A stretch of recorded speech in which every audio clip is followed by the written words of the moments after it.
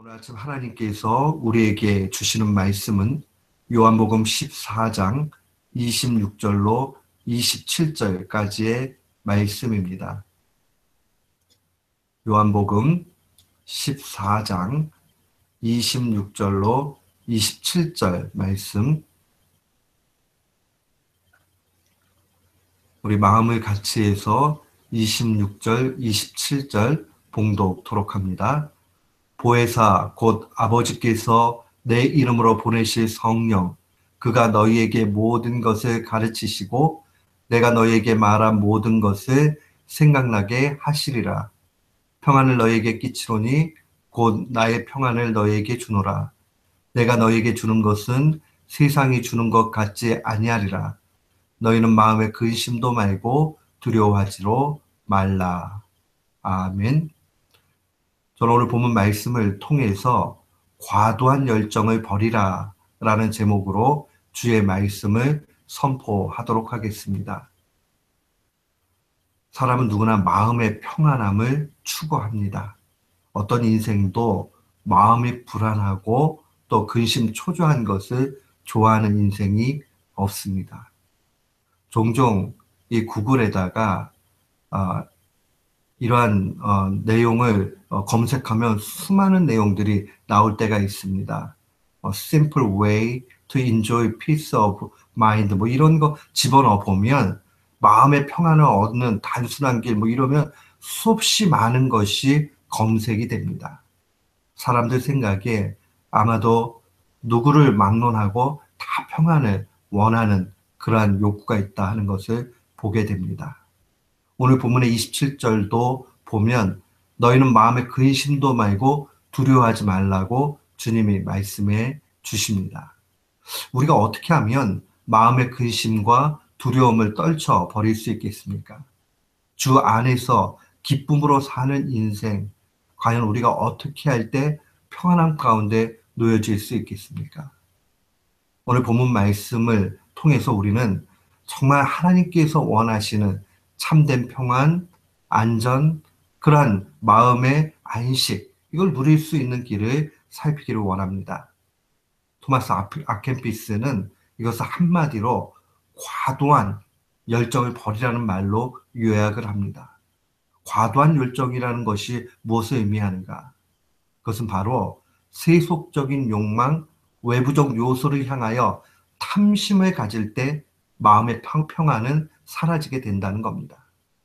아케피스는 계속적으로 이야기할 때에 우리 속에 있는 그 마음이 바깥쪽을 향해서 탐심으로 나아가게 되고 눈에 보이는 것을 사랑하게 되고 또 세속적인 욕망에 그렇게 사로잡히게 되면 마음속에 오히려 평안함이 없다는 겁니다. 사람들은요, 마음의 평안함을 얻기 위해서 자꾸 이 밖에다가 눈을 돌립니다. 그래서 돈이 많아지거나 명예가 높아지거나 뭐 이러면 마음속에 평안함이 있을 거라고 착각을 합니다. 그것을 가지고 평안을 누릴 수 있는 사람, 지상에는 존재하지 않고 지상의 역사 가운데도 존재한 사람들이 없습니다. 오히려 물질적으로 많은 것이 부족하고 또 세상적으로 알려지지 않았어도 오히려 그 마음속에 값진 것, 가치 있는 것으로 가득 채워진 그런 사람들이 등장을 합니다. 오늘 하나님의 말씀은 우리에게 이렇게 세속적인 욕망과 탐심을 버릴 수 있는 길을 한 가지로 제시해 줍니다. 이게 바로 26절 말씀입니다. 한마디로 이야기하면 성령님께 배우라는 겁니다. 보혜사 성령님께 배우는 삶. 보혜사라는 말 자체가 옆에서 위로해 주시는 분이다, 이런 의미를 가지고 있습니다. 때때로는 영어로 이 카운슬러로, 상담자로 그렇게 번역을 합니다. 그러니까 우리 옆에서 위로해 주시는 또 상담해 주시는 성령님의 인도함을 받을 때 우리의 마음속에는 탐심이 사라지고 평안함으로 가득 차게 되어 있습니다. 성경은 우리에게 줄곧 이야기합니다. 자신을 의지하는 것이 최고의 어리석음임을 알려줍니다. 구약의 지혜서의 가르침의 핵심은 바로 자신을 의지하지 말고 하나님 의지하라는 겁니다. 잠언서 11장 28절도 증거합니다. 자기의 재물을 의지하는 자는 패망하려니와 의인은 푸른 잎사귀 같아서 번성하리라. 얼마나 귀한 말씀인지 모릅니다.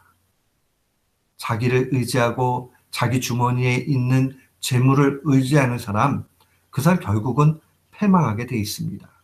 그러나 의인, 하나님을 의지하는 사람은 푸른 잎사귀, 정말 마르지 않고 시들지 않는 그러한 푸른 잎사귀 같아서 결국 번성하게 된다라고 증거합니다. 사랑하는 성도 여러분, 우리는 어떠한 삶을 살아야 되겠습니까? 우리는 자신을 의지하고자 하는 그 욕망에서 벗어나야 됩니다. 자기를 의지하면 불안하게 되고 초조하게 되고 결국은 세상적으로 성공한 것 같지만 성공하지 못합니다.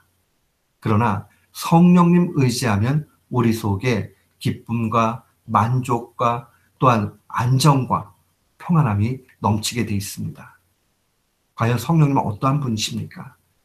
성령님은 모든 것을 아시고 또 우리에게 가르쳐 주시고 또 우리로 하여금 주님의 명령을 생각나게 하십니다.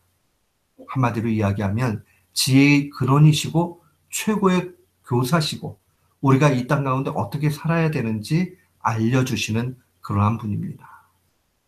바울 사도는 고린도전서 2장 10절에 성령님에 대해서 이렇게 증거합니다.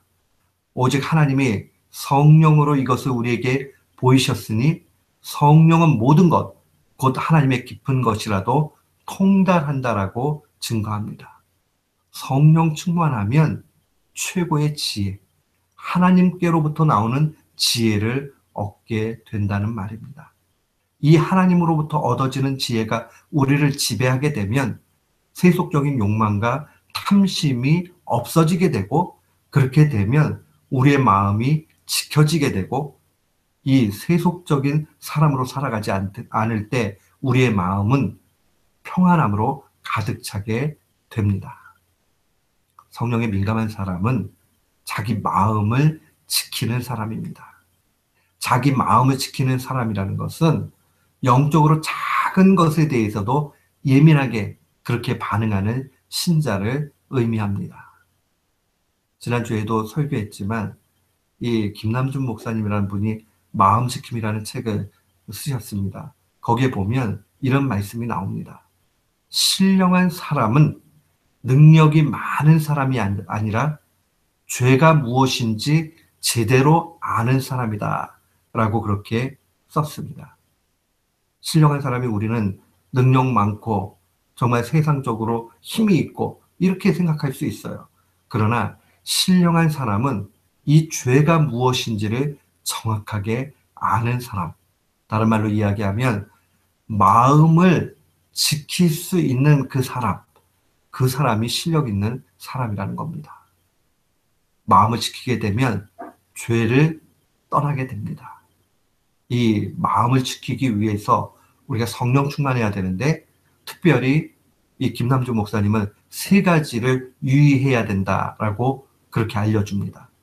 첫 번째는 생각에 유의하라는 겁니다.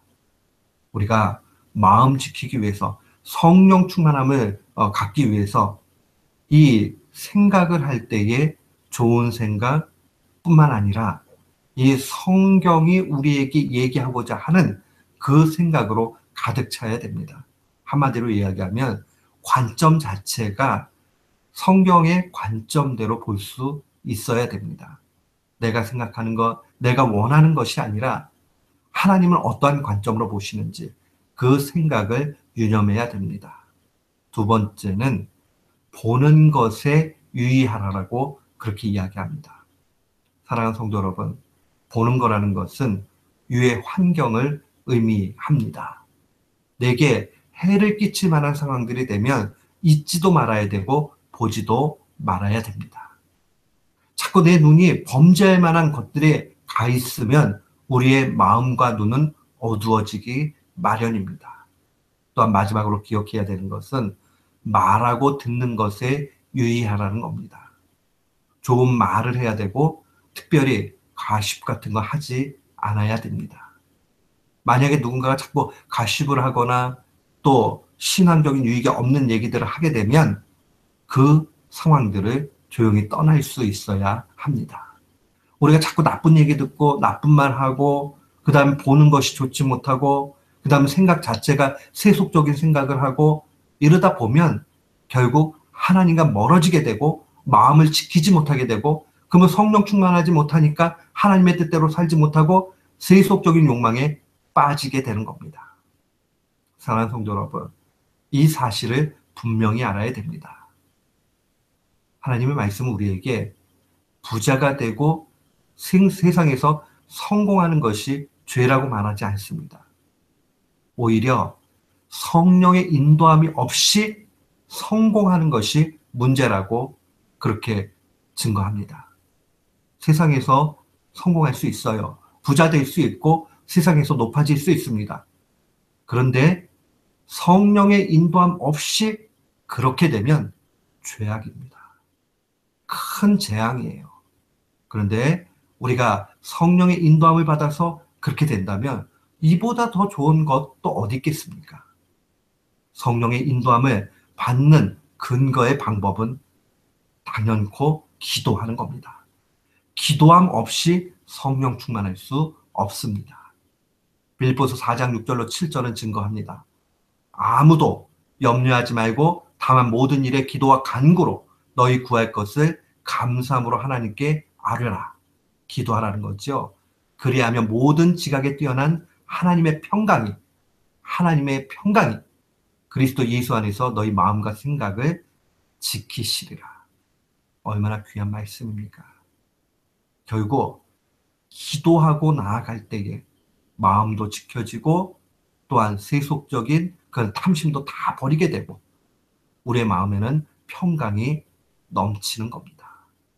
오늘 이 말씀 마음에 간직하면서 세상의 것에 과도한 열정을 갖는 것이 아니라 오히려 주님의 것으로 가득 채움으로 세상의 것 별거 아닌 걸로 여겨지고 그러나 또 하나님이 덤으로 그것을 주실 때에 감사하고 성령의 인도함을 받아서 하나님이 성공을 주신다면 성공을 받고 또 성공을 안 주신다면 안 주시는 것에 만족할 줄 아는 우리 모두가 되시기를 주님의 이름으로 축원합니다. 아멘.